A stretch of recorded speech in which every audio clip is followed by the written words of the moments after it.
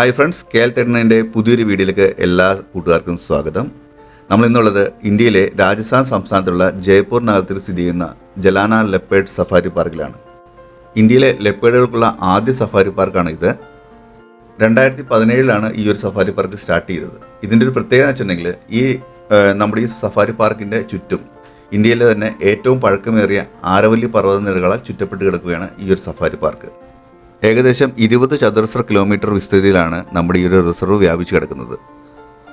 പണ്ട് രാജഭരണകാലത്തൊക്കെ ഈ ഒരു പ്രദേശം നായാട്ടിനൊക്കെയായിട്ടാണ് ഉപയോഗിച്ചുകൊണ്ടിരുന്നത്. ഇവിടെ ലെപ്പേർഡ് മാത്രമായിരുന്നില്ല, ആദ്യകാലങ്ങളിലൊക്കെ ഇവിടെ ടൈഗറും ഒക്കെ ഉണ്ടായിരുന്നു.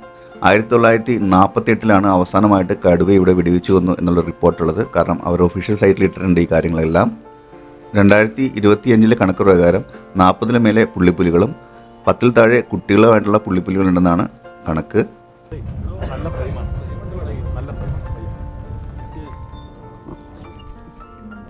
അപ്പോൾ നമുക്ക് ആദ്യത്തെ സൈറ്റിംഗ് കണ്ടിരിക്കുന്നത് നീൽഗൈസിൻ്റെ കുട്ടികളാണ്. നമ്മുടെ സൗത്ത് ഇന്ത്യൻ കാടുകളൊന്നും നീൽഗൈസ് ഇല്ല, നോർത്ത് ഇന്ത്യൻ സൈഡിലാണ് കൂടുതൽ നീൽഗൈസ് ഒക്കെ ഉള്ളത്.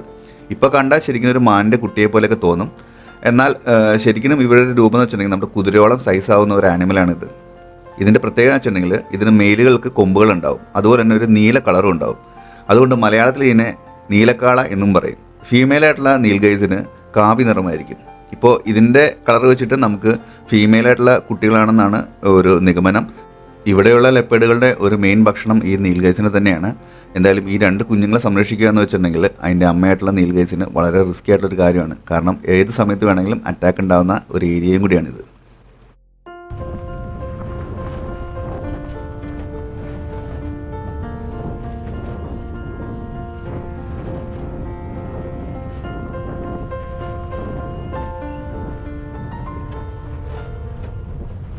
നാൽപ്പതിന് മേലെ പുള്ളിപ്പുലികളുണ്ടെങ്കിലും അവയെ കണ്ടു കിട്ടുന്നത് വളരെ റിസ്കി ആയിട്ടൊരു കാര്യമാണ്. കാരണം അതുപോലെ തന്നെ നമ്മുടെ ഭാഗ്യവും നമ്മുടെ ലക്കും ഇതിൽ വലിയൊരു ഘടകം തന്നെയാണ്. ഏറ്റവും കൂടുതൽ ഇവിടെ സൈറ്റിംഗ് കിട്ടുന്നത് റാണ എന്ന് പറയുന്ന ലെപ്പേർഡിൻ്റെയാണ്. നമ്മുടെ ഡ്രൈവറേട്ടൻ പറഞ്ഞത് 3-4 ദിവസമായിട്ട് ആളുടെ സൈറ്റിങ്ങും കാര്യങ്ങളൊന്നും ഇല്ല, ആൾ എവിടെയോ മാറിയിട്ടുണ്ടെന്നാണ്. എന്തായാലും നമ്മൾ ആളെ തപ്പിയുള്ള ഒരു യാത്രയിൽ തന്നെയാണ്. ഭാഗ്യത്തിന് വേറെ ലെപ്പേർഡ്സുകളുണ്ടെങ്കിൽ നമുക്ക് കിട്ടും. നമ്മുടെ ഈ പ്രാവശ്യത്തെ വരവിന് നമ്മൾ 2 സഫാരിയാണ് എടുത്തത്. അതിൽ മോർണിംഗ് സഫാരിയിൽ നമുക്കൊന്നും കിട്ടിയില്ല. ഈവനിങ് സഫാരി ഈ കാണുന്ന വാട്ടർ ബോഡിയിലൊക്കെ വെള്ളം കുടിക്കാൻ സാധാരണഗതിയിൽ ലെപ്പേർഡുകളും അതുപോലെ മറ്റുള്ള ആനിമൽസൊക്കെ വരുന്നതെന്ന് പറഞ്ഞിട്ട് നമ്മൾ ആ ഏരിയയിലൊന്നും വന്ന് നോക്കി, അവിടെയും കണ്ടില്ല. എന്തായാലും നമുക്ക് സൈറ്റിംഗ് കിട്ടുന്നുള്ള പ്രതീക്ഷ തന്നെ വീണ്ടും യാത്ര തുടരാം. ഈ സഫാരി പാർക്കിനെ ഏറ്റവും കൂടുതൽ ഇന്ത്യയിലും ഇന്ത്യക്ക് പുറത്തേക്കും ആകർഷിക്കുന്നത് റാണ എന്ന് പറയുന്ന ലെപ്പേർഡിൻ്റെ സൈറ്റിംഗ് തന്നെയാണ്. നമ്മുടെ വിദേശികളൊക്കെ ആണെങ്കിലും ഏറ്റവും കൂടുതൽ ഇവിടെ വരുന്നത് റാണ എന്ന് പറയുന്ന ലെപ്പേർഡിനെ കാണാനാണ്. കാരണം അത്രയും ഗാംഭീര്യവും അതുപോലെ തന്നെ ഒരു ടൈഗറിൻ്റെ സൈസ് തന്നെയാണ് ഇവിടെയുള്ള ഒരു ലെപ്പേർഡിൻ്റെ സൈസും. എന്തായാലും നമ്മൾ റാണയെ തേടിയുള്ള യാത്ര മുന്നോട്ട് പോയിക്കൊണ്ടിരിക്കുകയാണ്. നമ്മുടെ ഡ്രൈവർ ചേട്ടൻ്റെ പേര് കുൽദീപ് സിംഗ് എന്നാണ്. ചേട്ടൻ പറഞ്ഞത് ഈ കാണുന്ന മതിലിൻ്റെ ഭാഗങ്ങളിലൊക്കെയാണ് സാധാരണ ഈവനിങ് ടൈമിൽ റാണയെ കൂടുതൽ കാണുന്നത്. ആ സൈഡിലേക്കൊന്ന് പോയിട്ട് വരാമെന്ന് വെച്ചു. പക്ഷേ നമ്മളിവിടെ വന്നപ്പോൾ റാണേനെ ഒട്ടും കാണുമെന്ന് പ്രതീക്ഷയില്ല. കാരണം ഇവിടെ ഒരു ഷൂട്ടിംഗ് പോയിൻ്റ് ഉണ്ട്. അതുകൊണ്ട് ഷൂട്ടിങ്ങിൻ്റെ സൗണ്ടൊക്കെ ഉള്ളതുകൊണ്ട് റാണയെ കാണാൻ പറ്റുമോ എന്നറിയില്ല. എന്തായാലും നമ്മൾ ജസ്റ്റ് ഒന്ന് വന്ന് നോക്കിയതാണ്.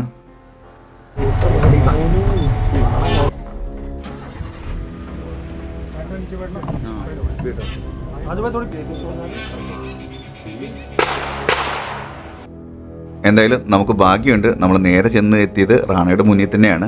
ഞാൻ നേരത്തെ പറഞ്ഞ പോലെ ഇവിടെ റൈഫിൾ ക്ലബ്ബ് ഉണ്ട്. അവിടുത്തെ ഷൂട്ടിങ്ങിൻ്റെ സൗണ്ടും കാര്യങ്ങളൊക്കെ കേൾക്കാൻ പറ്റും. പക്ഷേ റാണയെ സംബന്ധിച്ചോളം റാണക്കതൊന്നിട്ട് പ്രശ്നമേ അല്ല.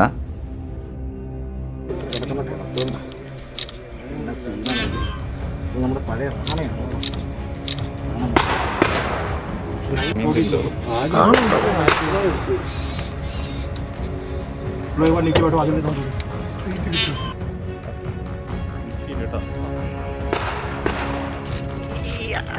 എണീക്കാനുള്ള പരിപാടി ഉണ്ട് കേട്ടോ.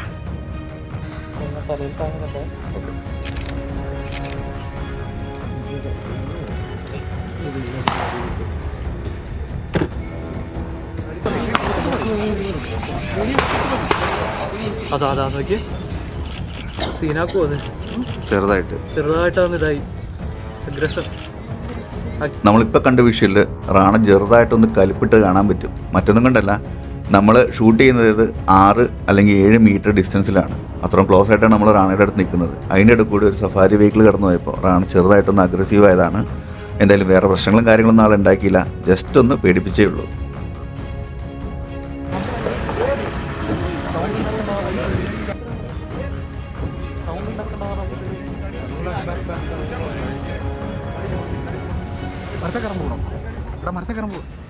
നമുക്ക് ലൈറ്റിംഗ് പോയി എന്തായാലും ജലാനയിലെ ഒരു പ്രത്യേകത വെച്ചിട്ടുണ്ടെങ്കിൽ ഇവിടെ സോണുകളായിട്ടും തിരിച്ചിട്ടില്ല. നമുക്ക് എല്ലാ ഭാഗത്തുകൂടിയും വണ്ടി ഓടിക്കാനുള്ള ഒരു സൗകര്യമുണ്ട്. അതുപോലെ തന്നെ ഏതെങ്കിലും ഒരു ഭാഗത്ത് സൈറ്റിംഗ് കിട്ടുവാണെങ്കിൽ ഡ്രൈവർമാരെല്ലാം കൂടി തന്നെ ഫോണിൽ ബന്ധപ്പെട്ടിട്ട് ബാക്കിയുള്ള ഡ്രൈവേഴ്സിനെ ഇങ്ങോട്ട് വിളിച്ചു വരുത്താണ്. അതുകൊണ്ട് വണ്ടികളുടെ എണ്ണം കൂടി ഇപ്പോൾ റാണ പയ്യനെ അവിടെ നിന്ന് മൂവ് ചെയ്തു. എന്തായാലും നമുക്ക് റാണയുടെ പുറകെ പോയിട്ടുള്ള ബാക്കി മൂവ്മെൻറ്റ്സ് എടുക്കാം. ടൈഗറെ പോലെ തന്നെ നമ്മുടെ പുള്ളിപ്പുലികൾക്കും ടെറിട്ടറി ഉണ്ട്. ആ ഭാഗങ്ങളിൽ അവർ സാധാരണ മാർക്ക് ചെയ്തും മൂത്രമൊഴിച്ചൊക്കെയാണ് അവർ ടെറിട്ടറി മാർക്ക് ചെയ്തിരുന്നത്. ടെറിട്ടറി എന്താണെന്നുള്ളത് നമ്മുടെ മുന്നിലെ വീഡിയോയിൽ പറഞ്ഞിട്ടുണ്ട്. അവർക്ക് ഇഷ്ടപ്പെട്ട സ്ഥലം അവരായിട്ട് തിരഞ്ഞെടുത്തിട്ട് അതിനുള്ളിൽ അവർ വസിക്കാൻ ആഗ്രഹിക്കുന്നു. അതിനെയാണ് ടെറിട്ടറി എന്ന് പറയുന്നത്. എന്തായാലും റാണ ഈ ടെറിട്ടറി ഒന്നും നോക്കാറില്ല. എല്ലാ ഭാഗത്തും കൂടി മൂവ് ചെയ്യുന്ന ഒരു ലെപ്പേഡും കൂടിയാണ് നമ്മുടെ റാണ.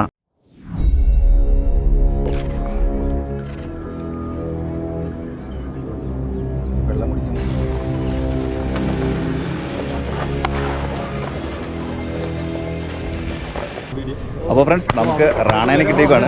റാണയുടെ വലിയൊരു മൂവ്മെൻറ്റ്സ് കിട്ടിയായിരുന്നു. അപ്പോൾ നമ്മളിതാ അതിൻ്റെ വിഷ്വൽസ് എടുത്തിട്ട് ആൾ ക്രോസ് ചെയ്യുമെന്ന് പറഞ്ഞു. അപ്പോൾ വെയിറ്റ് ചെയ്യാണ്. നമുക്ക് നല്ല രീതിയിൽ സൈറ്റിംഗ് കിട്ടിയിട്ടുണ്ട്.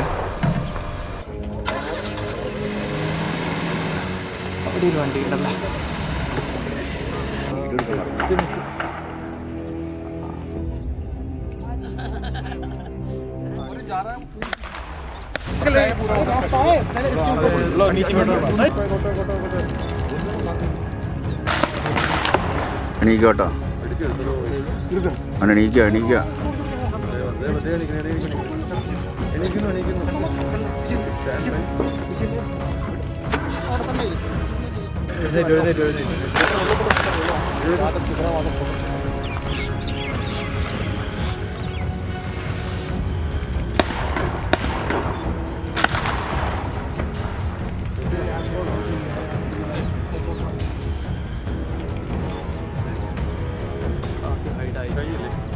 അങ്ങനെ റാണ പയ്യനെ കാട്ടിലേക്ക് പോയി. അതോടെ നമ്മൾ അവിടുന്ന് വീണ്ടും യാത്ര തിരിക്കുകയാണ്. നമ്മൾ അടുത്ത സൈറ്റിംഗ് കിട്ടുമെന്നുള്ള പ്രതീക്ഷയിൽ പോവാം.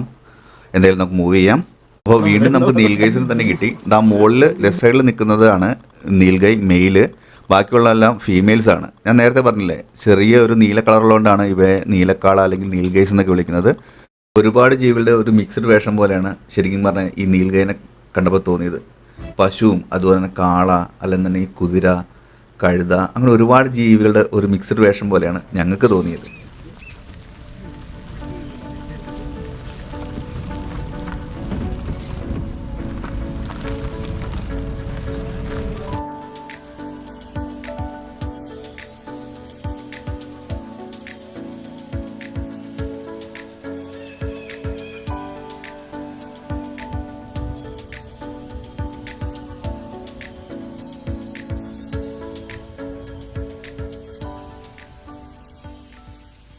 ഇപ്പോൾ നമ്മൾ പോയിക്കൊണ്ടിരിക്കുന്നത് ഒരു മലയുടെ മുകൾ ഭാഗത്തേക്കാണ്. കാരണം ഈ ഒരു സഫാരി പോയിന്റിലെ ഏറ്റവും ഉയർന്നൊരു പ്രദേശത്താണ് ഇപ്പോൾ നമ്മൾ പോയിക്കൊണ്ടിരിക്കുന്നത്.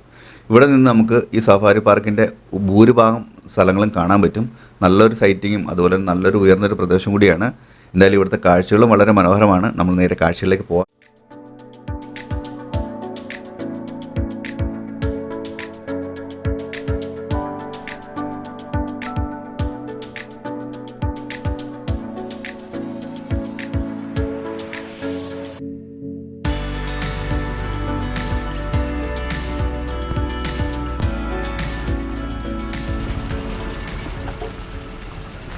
അങ്ങനെ നമ്മുടെ 3 മണിക്കൂറത്തെ ജംഗിൾ സഫാരി ടൈം തീർന്നു. നമ്മൾ നേരെ റൂമിലേക്ക് പോവുകയാണ്.